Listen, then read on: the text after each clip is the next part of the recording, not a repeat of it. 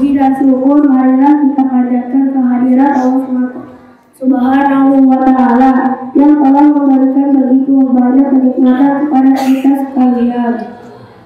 Salawat serta salam semoga tercurah kepada Nabi Muhammad Sallallahu Alaihi Wasallam, sahabat, keluarga, serta kita sekalian sebagai umatnya. Amin. Bapak-bapak, ibu-ibu jamaah sholat isya dan tarawih yang dimuliakan Allah, sebelum kita mulai pelaksanaan ceramah dan sholat tarawih, ada beberapa pengumuman yang akan kami sampaikan mewakili pengurus Masjid Al-Amin. Pertama, kami sampaikan tentang penerimaan kotak amal sholat tarawih. Saldo awal hari kemarin Rp1.041.000.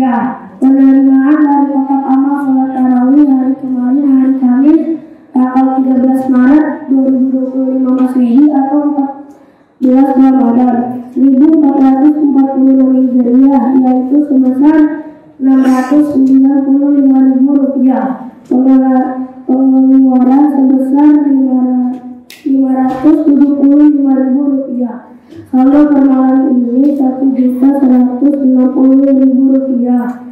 Terima kasih kami ucapkan kepada para pemberi infak dan sedekah. Semoga amal ibadah Bapak Ibu sekalian mendapatkan pahala yang berlipat ganda dari Allah SWT. Amin. Berikutnya kami sampaikan bahwa pada malam ini yang bertindak sebagai penceramah dan imam sholat tarawih adalah Ustadz Dirno Al-Faqih dari Al-Amin. Alhamdulillah beliau sudah ada di tengah-tengah kita. SAG MAG, marilah kita mulai rangkaian ibadah tarawih kita untuk itu kepada Ustadz Dirno Al-Faqih SAG MAG. Berkenan kiranya untuk memulai ceramahnya. Demikianlah pengumuman yang dapat kami sampaikan. Terima kasih atas perhatiannya. Billahi taufiq wal hidayah. Wassalamualaikum warahmatullahi wabarakatuh. Assalamualaikum warahmatullahi wabarakatuh. Alhamdulillahirabbil alamin alladzi khalaqal insana wa ja'alana minal muslimin wa shalihin insyaallah. Asyhadu an la ilaha illallah wahdahu la syarika lahu wa asyhadu anna Muhammadan 'abduhu wa rasuluh. Allahumma shalli wa sallim wa barik ala sayyidina Muhammadin wa ala alihi wa ashabihi wa man tabi'ahum bi ihsan ila yaumil. Mab'adu ya ayyuhal muslimun ittaqullaha faqad fazal muttaqun. Bapak Ibu yang dirahmati Allah, yang saya hormati pengurus TKM Masjid Al-Amin beserta jajarannya, kemudian para jamaah Bapak dan Ibu, dan kepada orang tua kami yang sepuh, yang senior, terima kasih atas waktu yang diberikan kepada saya, dan saya mohon izin menyampaikan sedikit saja nasihat buat diri sendiri sebetulnya, cuman karena berkesempatan berdiri di sini jadi saya sampaikan dan ungkapkan di hadapan para jamaah. Barangkali nanti di antara Bapak Ibu ada yang mau mengambil manfaat seperti itu. Baik, Bapak Ibu, saya sedikit menyampaikan, mohon izin, yaitu tiga kunci perbaikan diri, 3 kunci kita untuk memperbaiki diri. Dan ini saya ambil dari kitab Silsilatu A'malil Qulub, di mana di dalamnya ada mengutip perkataan Ibnu Qayyim Al-Jauziyah ya tentang 3 perkara ini. Di halaman 43 qala Ibnu Qayyim rahimahullahu taala yuhasibu nafsahu awalan al-fara'id fa in tadzakkar fiha naqsan tadarakahu imma biqada'in aw islahin. Perbaikan diri itu pertama sekali. Nah, ini sebelum masuk ke materi sedikit saja. Sebetulnya perbaikan diri atau muhasabah itu kita mulai dari mana sebetulnya?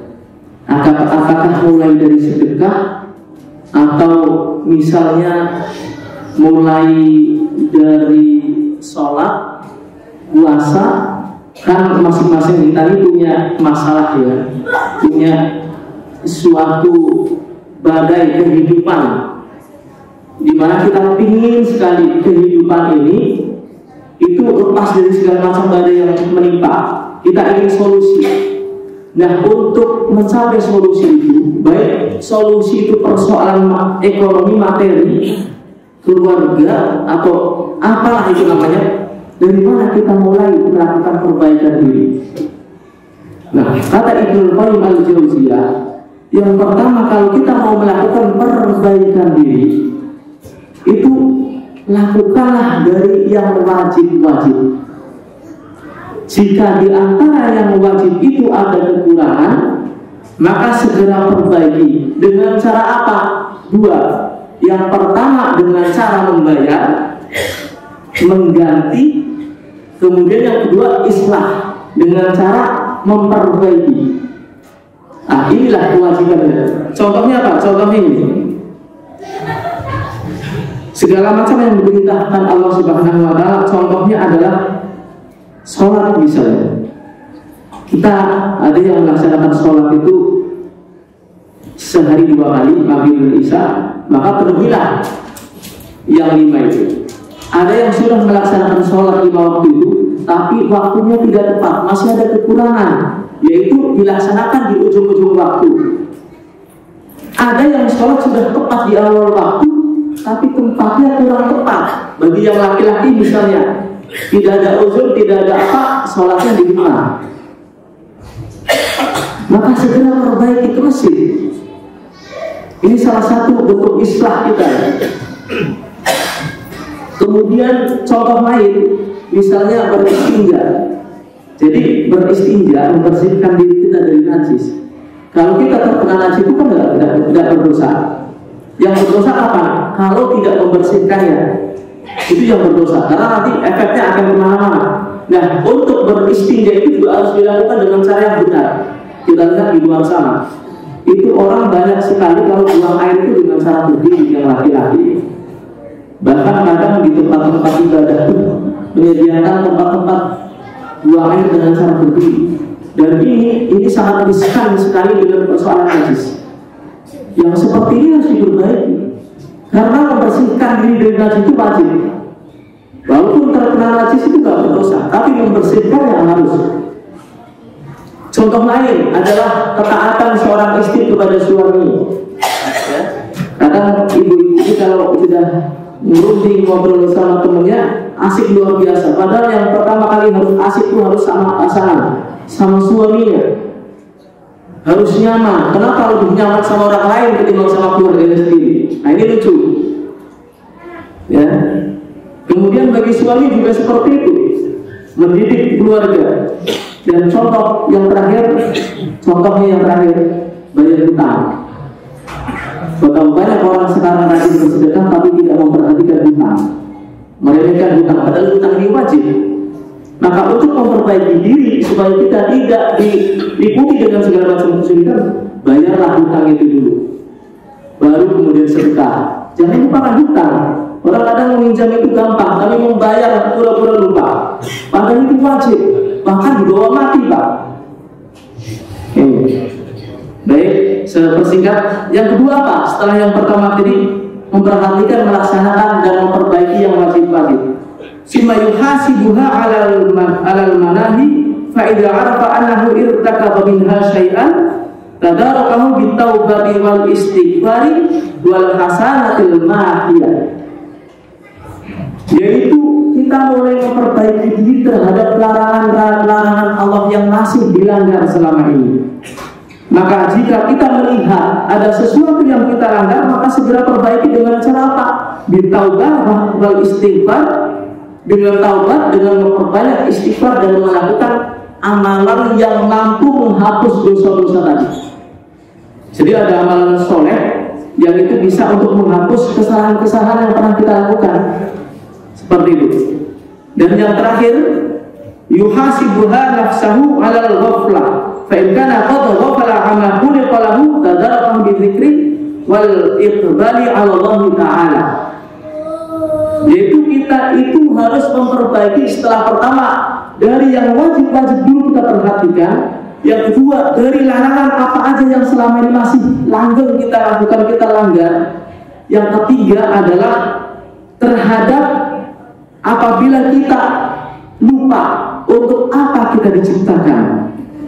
Contoh, hidup ini bukan untuk karir, bukan untuk mencari popularitas atau untuk memperebut kekuasaan ataupun jabatan-jabatan tertentu, karena itu hanya fasilitas kehidupan. Yang namanya fasilitas itu bukan tujuan, itu hanya digunakan untuk mendukung tugas kita sebagai hamba Allah Subhanahu wa Ta'ala. Maka kalau kita lupa bahwa kita diciptakan sebagai hamba Allah untuk menyembah Allah, untuk menuju surga nanti, kalau kita lupa dengan itu, maka segera berzikir dan mendekati Allah Subhanahu wa Ta'ala.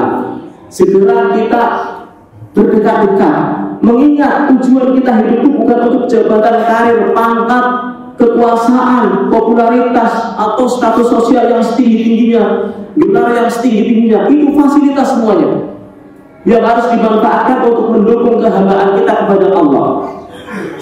Nah, itulah tadi 3 ya, kunci sukses untuk memperbaiki diri. Subhanakallahumma wa bihamdika asyhadu an la ilaha illa anta astaghfiruka wa atubu ilaik.